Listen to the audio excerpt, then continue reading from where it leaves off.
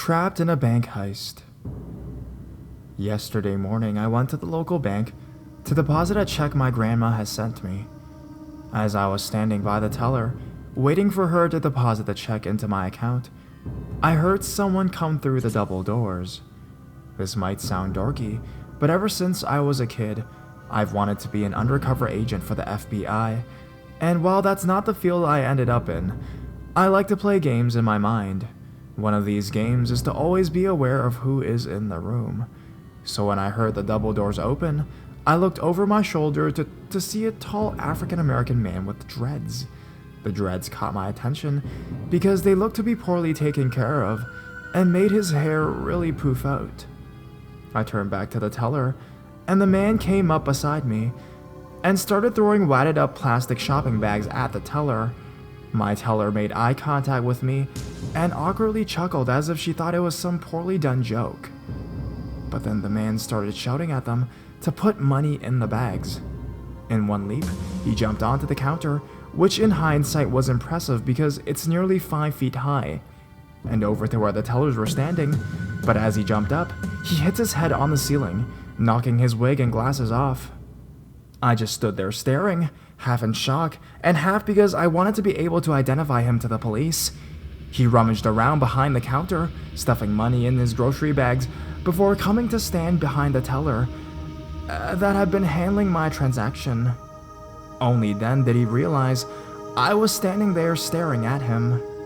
I hadn't seen it before, but in his right hand, he held a small gun and pointed it at my face, telling me to get down on the floor. I don't know what the crap I was thinking, but I was mad. You know, when you were a teenager, and if you were really mad, you slammed your bedroom door, but if you were mad and wanted to be passive-aggressive, you close it hard enough so that your parents knew you're mad, but not too hard so you can say you didn't mean to. I don't know why. Because of being level-headed so far, I wasn't thinking in this moment, but I passive-aggressively took my purse from the ledge, dropped it onto the floor, and plopped down next to it. Thankfully, he was too busy stealing everyone's money to notice my foolishness. As I was sitting there waiting for him to leave, I realized he couldn't see me and started debating whether or not to call the cops. But I remember seeing one of the tellers put her hand under the ledge and figured she had pushed the emergency button. I also didn't know what the man would do next and figured it'd be better if he didn't see a phone in my hand. When he was done, he jumped back over the counter and ran out the front door and made his getaway on a bicycle. Side note, he wasn't even a good robber. I mean, his disguise fell off and he escaped on a bicycle? What is wrong with? How can a person be that? Has he ever watched a fucking crime show? Just wow, just fucking wow. Lamest heist ever. The cops were there in moments. I ended up staying over an hour, writing what I saw and verbally explaining to the cops what I saw. I don't want to jeopardize the investigation because, as far as I know, he hasn't been caught yet. But before the man escaped, something fell from his pocket, and I'm hoping it can be used in finding him. I want it to be noted that when stuff like this happens, people rarely think about the tellers. Those women were terrified but incredibly brave, and I think that should be recognized. So not your typical creeper story, but he was definitely a creep, and is someone I hope never to see again.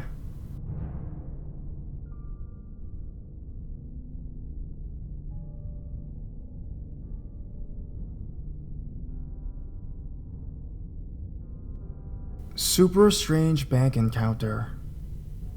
This happened to me last night and came off as very creepy, but maybe I read too many let's not meet stories.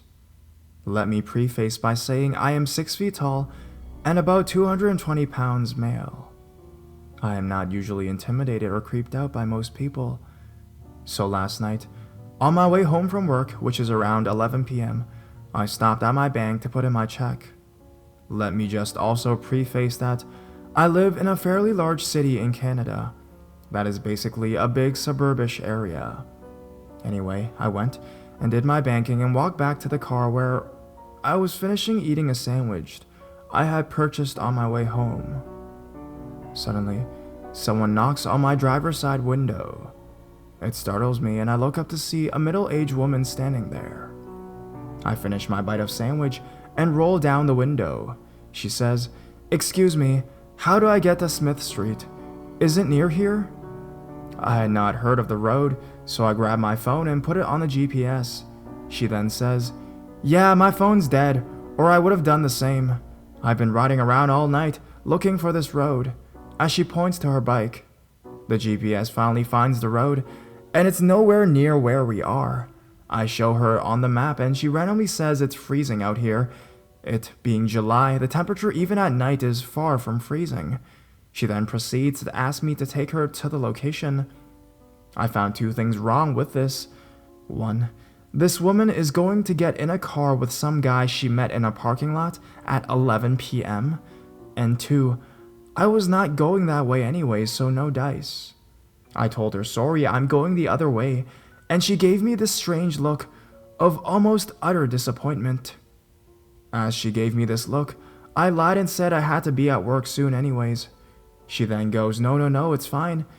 So to get her out of my hair, I show her on my phone how to go about getting there, and say on a bike it really isn't that far of a ride. She says, okay, thanks, and walks away. As I start my car to leave, I see her walking up to another woman who is just leaving the bank. I roll down my window out of curiosity to hear what she is saying. To my dismay, she is giving the exact same speech to the lady, even asking directions on how to get there, in which I had previously given her a minute ago.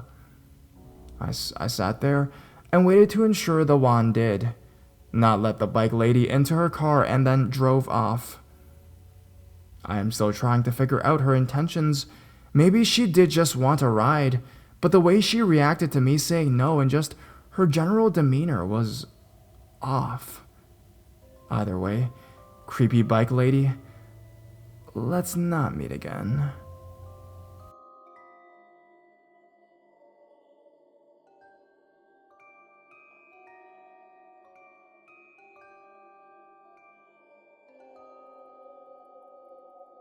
Creepy bank employee. Back for yet another creepy encounter. This occurred at my bank last year, before I went studying abroad. I had to have an appointment with a bank employee to let them know that I was going to be out of the country for an extended period of time. Some background. This employee, we'll call him Dan, is someone I had known was creepy because of how he was inappropriate while helping my friend with her account transactions.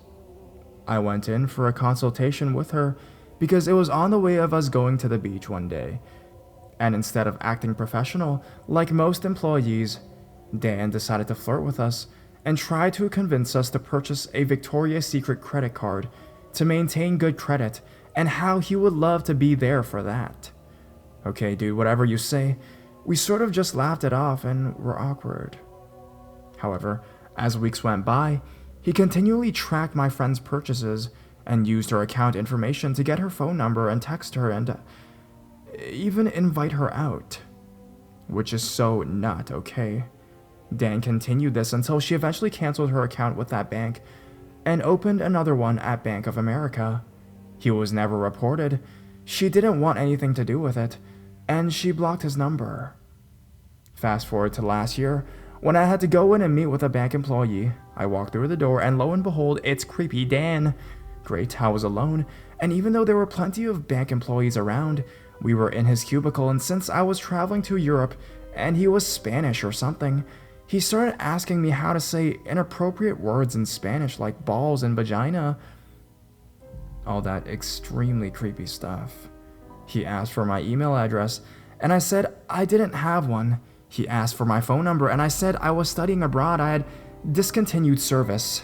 He then asked me if I had plans that night, and if I ever opened a VS credit card because he'd really like to see my friend and I model something for him together. Ew, this guy had a kid, mentioned it even, was mid-30s and a bank manager. Why me? I quickly hurried out and decided to report him, but eventually slipped my mind since I was leaving the country in 3 days. I actually went into the bank last week to find a lot of new staff and remodeling, and talked to one of the bank teller associates and asked if they had changed staff due to any reason.